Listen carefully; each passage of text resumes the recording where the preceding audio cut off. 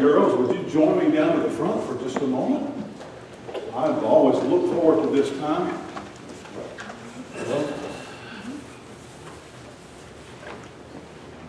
I was in a room yesterday full of hundreds of little boys and girls. And don't anybody tell you the Baptists don't believe in dancing, because they do. I imagine there were Baptists and Methodists.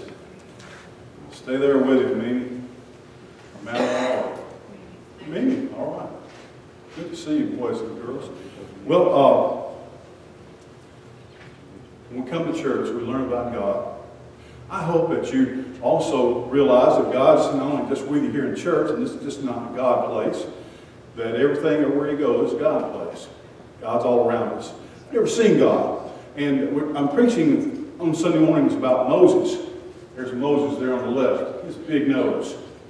That's part of being a man of God, I think. God calls people like that. But Moses probably came closer than anybody to actually seeing God face to face. But God still always kind of hide behind something or disguise as something. God wants to grow you. He wants to change you. He wants to make you bigger and stronger. And He wants to work in your life. He made you. He used your mom and dad to give you life and bring you into the world. Let me show you something. I have something here. I don't think we have any lawyers in our church, but they're a noble profession. Attorneys, lawyers. And Danny and I, my brother, we had to go to see an attorney last year, several actually.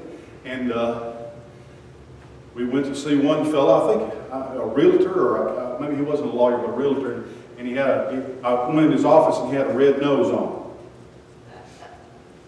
And that was a very serious kind of situation, but he was trying to lighten things up a little bit. This is just a sponge ball.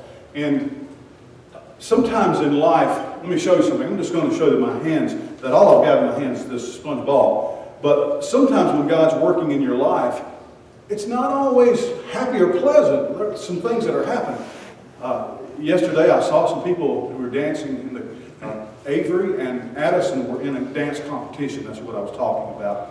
And they did really well. They received all kinds of awards, but they had worked very, very hard for a long time.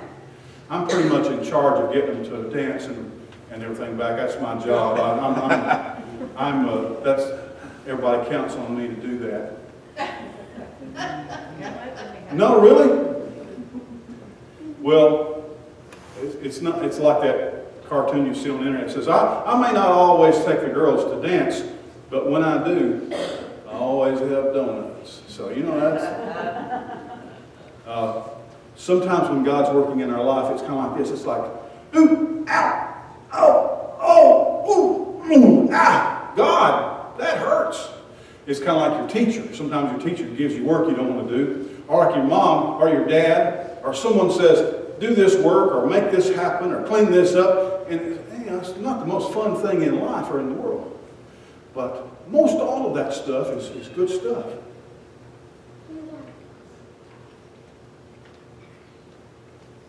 There. Now, I don't know if a square is better than a ball, but it's different. God's making us different. And I think He's not only making me, I think as long as He's been working on me, that He's made some improvements. Some still got a lot of work to do. But sometimes it itches. Sometimes it hurts. And sometimes I wish He'd kind of just leave me alone. But He's not going to. It's just like someone who cares about you. They're going to always want to make sure that you're clean, or you have good clothes, or that you get something to eat, or that you get plenty of sleep. And it may sound like they're pestering you and bothering you or ordering you around all the time. But they may be doing something very special in your life. And then, as you get older, guess what? God's going to give you people to order around. Somebody at work, somebody in your family. Someone, it's going to be your job to say, hey, knock that off. Quit that. Sit down. Be quiet. Come here and give me a hug. Something like that. All right? God's doing that. All right? Thank you for your time. You can go back and sit wherever you were.